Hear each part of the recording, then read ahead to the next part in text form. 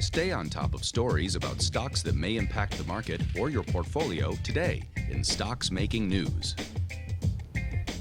Well, shares of GoPro fell on December the 14th toward a new low for the company amid some downgrades, and now some people on the street, analyst types, calling the company a one-trick pony. Dave Bartosiak, Tracey Ryniec here with me to dig into this company. Dave, we're going to start with you this time. All right. Mainly because feedback indicates that people want you to talk more. So let's put this in perspective here. Stock has been pushed below its IPO price. Right.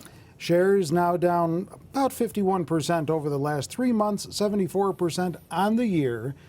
One disturbing factor, high levels of short interest built up in the company. This can't be a pretty picture. It's not a pretty picture, and it hasn't been a pretty picture since, a couple of months after the IPO, because we all had kind of this euphoria surrounding it. Right. Because we all had the story of like, yes, this is a one-trick pony. GoPro, you buy a camera, you strap it on your head, you go spelunking or do whatever the heck you do with cameras on your head. Jump out of airplanes, ride BMX bikes, stuff you do on the weekends.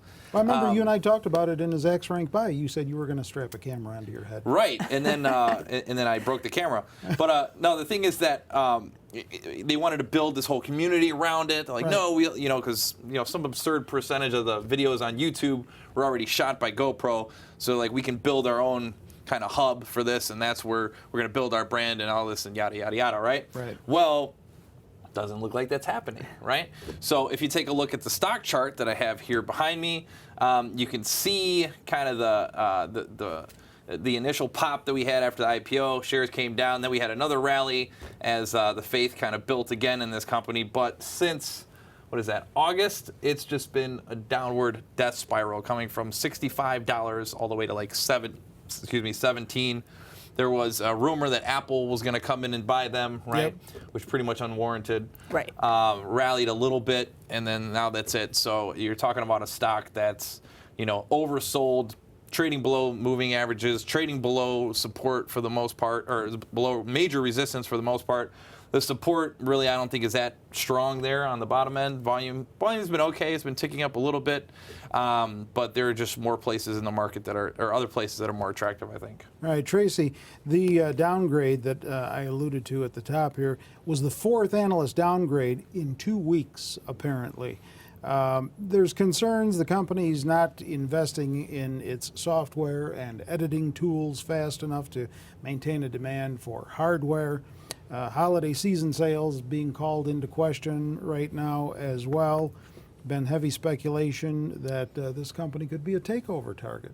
Right, as Dave said, a lot of people are talking about, maybe someone buying them out. Right. To me, they're just, they're going through some growing pains right here, obviously. They do have the one good product, and we're still waiting for the next big thing, which is the drone area to launch. But that's been kind of delayed, and that's what is annoying all the analysts.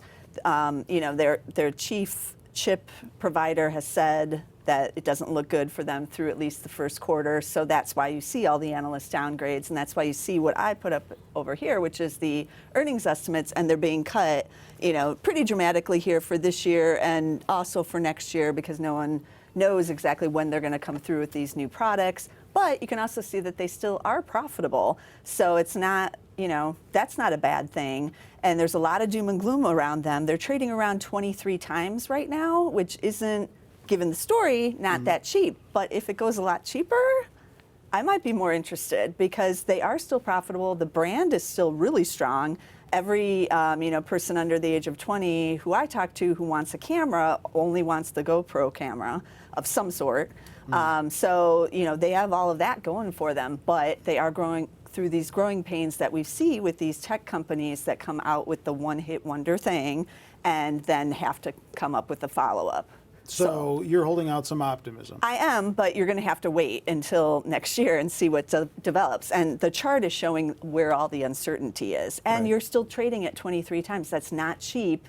When you get a higher valuation, you want growth. And here, the earnings estimates they're showing, the growth is going the wrong way. So you got to something has to give, and it's either going to be, the stock goes way down and it gets cheap enough where then the value investor types can go in there, or they get bought out, or these other scenarios. Yeah, well, I mean, the growth, I mean, it's just not even there anymore now, right? So they're talking Right. next year is worse than this Right. year. Right. So heading in the total opposite direction, and that's why you see the stock heading in the opposite direction, because you're taking out all that growth premium is Right. gone now. That's right. So now we're looking at this thing like it's supposed to be a growth company, but it, so But they're it's having a not. little bit of an identity crisis almost. Yeah. If you're investing in it, what's the reason for investing in it? Because this holiday, everybody under 20 is going to buy one. Okay, once they get them, now what? Right, then- GoPro 2.0. Do I need to have it in 4K or a higher Right. resolution?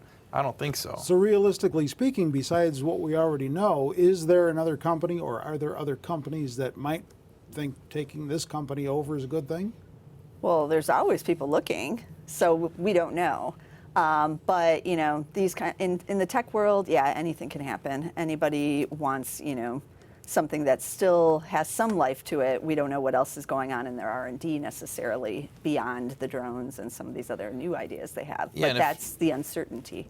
Yeah, and if you're an Apple, do you come in and bail these guys out at $18 a share, or do you let them kind of flounder a little Right. bit more and come in and scoop them up at $6? Even cheaper. You know, I think they're sitting back and let them squeal a little bit. So bottom line, are they going to be a one-trick pony? Too early to tell? I think right now the trick, it's not even one-trick pony. The horse died. I'm not going to even kick the dead horse. Done. I think it's too early to tell. Okay. I'm giving them the benefit of the doubt until next, beginning, middle of next year. All right, we'll see what happens. Thanks for that. And if you want to check out any other stock commentary, stock picks, stock picking strategies, are there articles written by our two strategists here, able-bodied people that they are, go to Zax.com. You can link to a lot of that stuff right off the homepage. If you're watching our videos on YouTube, you can subscribe to them there and even comment on them. As Dave has found out, feedback comes in, and we think it's welcome. With Tracy and Dave, I'm Terry Ruffalo.